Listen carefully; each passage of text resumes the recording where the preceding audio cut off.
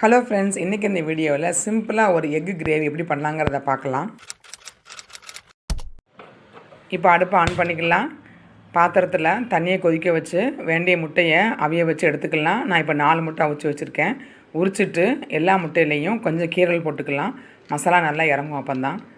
இப்போது காஞ்ச கடாயில் ஒரு 4 அல்லது 5 வெங்காயத்தை சாப் பண்ணி அல்லது ஸ்லைஸ் பண்ணி போட்டுக்கலாம். போட்டுட்டு கொஞ்சம் ஈரம் போகிற அளவுக்கு வதக்கிடலாம். ஈரம் போயிடுச்சுன்னா எண்ணெய் ஜாஸ்தியாக குடிக்காது. இப்போ ஒரு 50 ml எண்ணெயை அப்படியே விட்டுறலாம்.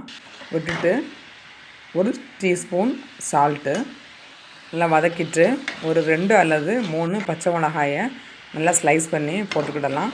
அதையும் நல்லா வதக்கிடலாம். வதக்கிட்டு இப்போது 1/2 டீஸ்பூன் பெப்பர் போட்டுட்டு அதையும் நல்லா வதங்கட்டும். வதக்கிட்டு மூடி வச்சிடலாம். இப்போ ஓரளவுக்கு வெங்காயம் நல்லா வதங்கிருச்சு. இப்போது ஒரு 3 தக்காளி பழத்தை நல்லா ஸ்லைஸ் பண்ணி அதையும் போட்டுட்டு ஒரு 1/2 டீஸ்பூன் சில்லி பவுடர், ஒரு 1/2 டீஸ்பூன் கரம் மசாலா அல்லது மண்டி மசாலா அதையும் போட்டுட்டு 1/4 டீஸ்பூன் மஞ்சள் பவுடர் இவ்வளோத்தையும் போட்டுட்டு நல்லா வதக்கிடலாம். நல்லா வதங்கினதுக்கப்புறமா 1 கப்பு தண்ணி,